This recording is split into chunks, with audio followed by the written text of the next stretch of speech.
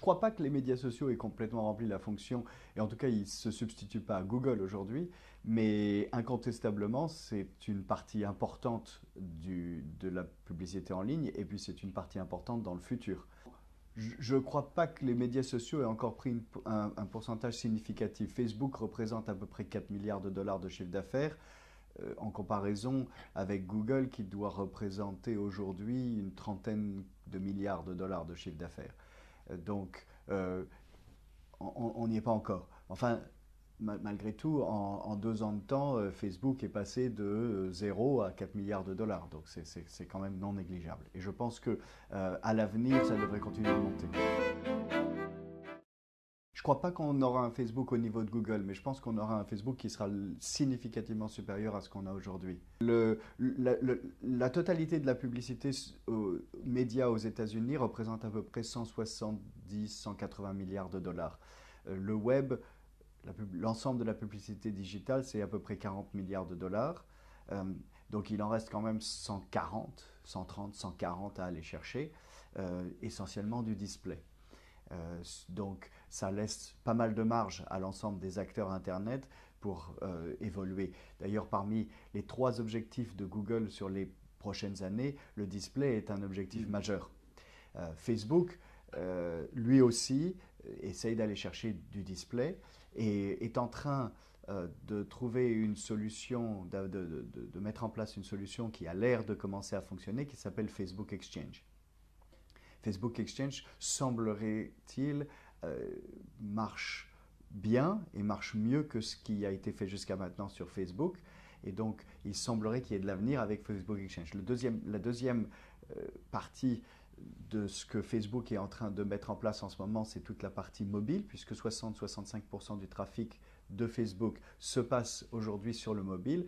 Et donc, avec les publicités qu'ils intercalent dans le feed, dans le newsfeed à l'intérieur de Facebook mobile, sur lesquels d'ailleurs il y a des taux de clics qui sont de l'ordre de 4 à 5 fois supérieurs aux taux de clics normaux sur le desktop pour Facebook.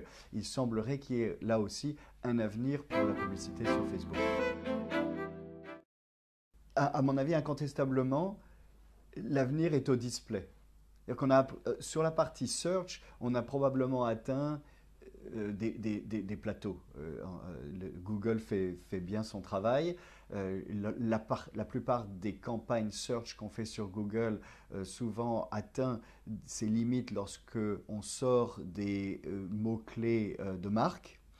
Donc, au-delà de ça, il faut ouvrir le haut du tunnel, du funnel, et donc aller chercher du display pour élargir les potentialités de conversion en bas du funnel de conversion.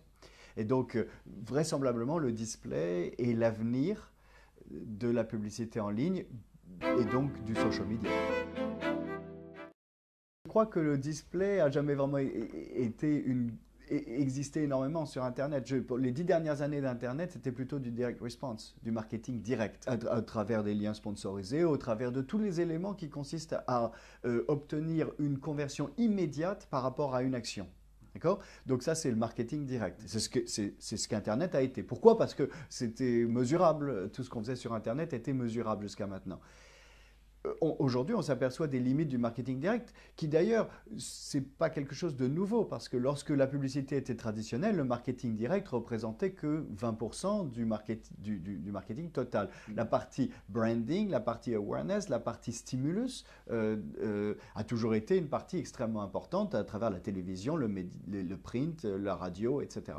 Aujourd'hui, on s'aperçoit qu'il se reproduit exactement la même chose sur Internet, où on voit qu'on est arrivé au bout de ce qu'on pouvait faire en marketing direct. Et donc maintenant, aujourd'hui, il faut aller attaquer toute la partie branding, qui d'ailleurs va se faire également à travers la convergence des appareils. Quand on voit le smartphone d'un côté, les tablettes, les télévisions intelligentes, tout ça, ça va se mettre ensemble pour donner des plateformes qui vont permettre de faire du branding et du display de manière efficace. Et Facebook aura sa place parmi ces différentes solutions de display. J'ajoute que la partie display qui marche le mieux aujourd'hui sur Facebook, c'est ce qu'on appelle le retargeting, le remarketing. qui aujourd'hui marche bien et qui est la base de ce que les acteurs qui ont été agréés par Facebook pour faire du Facebook Exchange font aujourd'hui en majorité. Je pense que Facebook va devenir un acteur, est en train de devenir et va devenir un acteur important de la publicité. Enfin, d'ailleurs, quand on a 1 milliard d'utilisateurs dans le monde, à un moment ou à un autre, on finit par trouver le moyen de les monétiser. Jusqu'à maintenant, il est vrai que les tentatives de faire de la publicité sur Facebook n'ont pas été extrêmement réussies, mais c'est en train de s'améliorer assez vite. Et grâce à Facebook Exchange, encore une fois, et d'un parti retargeting sur Facebook, on arrive à obtenir des campagnes qui produisent des résultats de plus en plus significatifs. En même temps, à travers le Facebook mobile, où les taux de clics sont supérieurs, on obtient également des résultats qui sont de mieux en mieux. Donc je pense que Facebook a un avenir publicitaire important. Le média social, il y a disons deux grandes parties. Il y a la partie display dont on a parlé, qui est le Facebook Exchange avec le retargeting. Ça, c'est juste du display. Ça n'a pas grand-chose à voir avec du média social. Il suffit, Facebook est juste un site comme Yahoo qui a juste beaucoup d'utilisateurs. Donc, on y fait de la publicité en display. Et puis, tu as la partie média social qui, elle, est l'utilisation de la relation entre les gens à travers un réseau social qui, elle, peut être utilisée à l'avantage d'un annonceur dans le contexte d'une histoire qu'il a à raconter. Aujourd'hui, 83% des acheteurs de produits ou de services aux États-Unis prennent leurs décisions sur le web avant d'aller dans le magasin, ce qui est un changement considérable par rapport à ce qui se faisait avant. Et cette décision, elle se fait à travers tout un certain nombre de canaux. On commence par une recherche générique sur Google, puis après on va sur des sites web, puis après on va souscrire à une newsletter, puis après on va aller chercher on va aller voir des consumer reviews pour savoir quel est ce que les gens pensent du produit ou du service qu'on désire acheter. Et puis après, on va aller sur Facebook justement pour savoir ce que les amis en pensent. Et puis après, on va retourner faire une recherche sur Google, etc. etc. Puis ensuite, éventuellement, on convertit. Ce voyage à travers l'Internet que Google a appelé le ZMOT, le Zero Moment of Truth, et que Google quantifie à travers, pas industrie par industrie, à travers un certain nombre de jours en moyenne ou de mois que les gens passent à faire une recherche jusqu'à prendre la décision d'achat. Ce voyage, aujourd'hui, il doit être maîtrisé.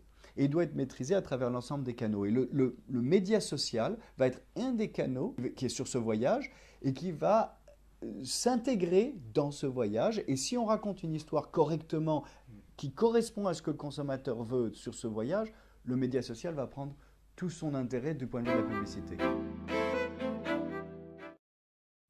Aujourd'hui, on arrive à avoir des coûts au clic qui sont inférieurs sur Facebook que ceux sur Google. C'est normal parce que le volume qui est ramené est encore très inférieur sur Facebook. Donc si Facebook était au même prix que Google, d'un point de vue concurrentiel, il n'y arriverait pas. Donc aujourd'hui, on a encore des prix au clic qui arrivent à être inférieurs sur Facebook. La question, c'est de savoir si ça convertit derrière. Et ça, c'est des analyses qu'on fait tous les jours pour savoir si les campagnes sont efficaces.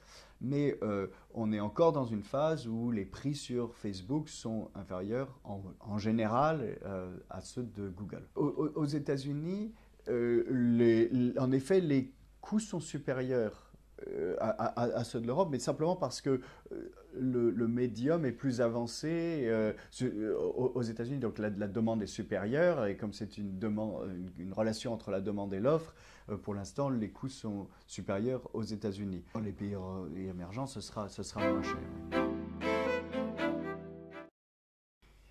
Je crois que ça s'est un petit peu ralenti. La raison pour laquelle ça s'est ralenti, c'est que Google a réussi à maîtriser ces flux de personnes qui quittaient la société, et puis Facebook a moins de besoins que c'était le cas il y a 3 ans. Je crois que les choses se sont un peu ralenties, mais dans la Silicon Valley, en général, la mobilité est très grande. Et d'ailleurs, c'est un phénomène qui est un phénomène d'aujourd'hui, dans lequel on s'aperçoit que les gens ont une tendance à rester de moins en moins longtemps avec une société. Et nous, on reçoit des CV de candidats qui ont fait 6 entreprises en 7 ans. Donc il y a une grande mobilité des gens d'une entreprise à l'autre. Est-ce que c'est bien? J'en sais rien. Je ne suis pas sûr que ce soit bien ni pour les candidats, ni pour les entreprises, parce que ça coûte de l'argent de les former. Et puis une fois qu'on les a formés, ils s'en vont ailleurs. Quant aux candidats, ils ne fabriquent pas un CV qui est très solide, parce qu'ils n'ont pas une expérience extrêmement solide dans chacune des sociétés dans lesquelles ils sont passés. Ça, c'est un phénomène qui est assez nouveau et qu'on voit beaucoup aux États-Unis, et qui bat son plein en ce moment, mais qui à un moment ou à un autre devrait se ralentir. Je crois que Google est là pour rester.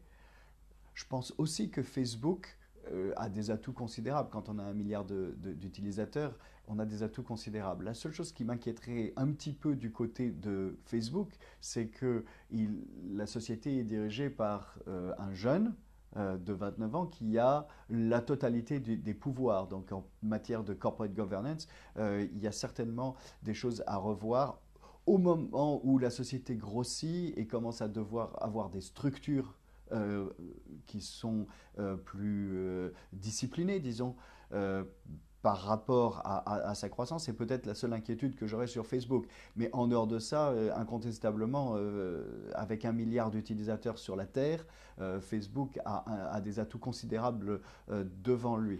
Quant à Google, je crois qu'ils ont compris où était l'avenir.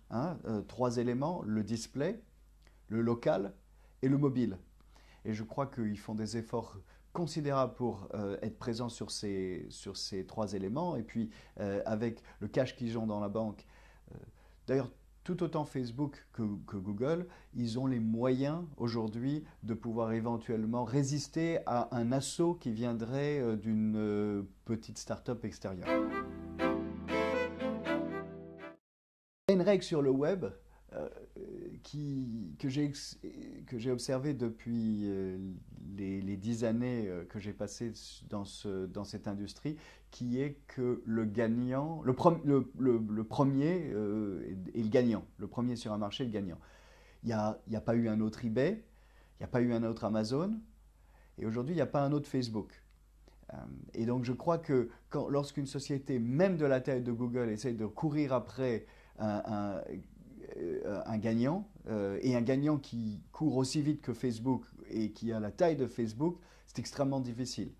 Parce qu'il y a un effet de masse. Et les gens veulent être là où tout le monde est.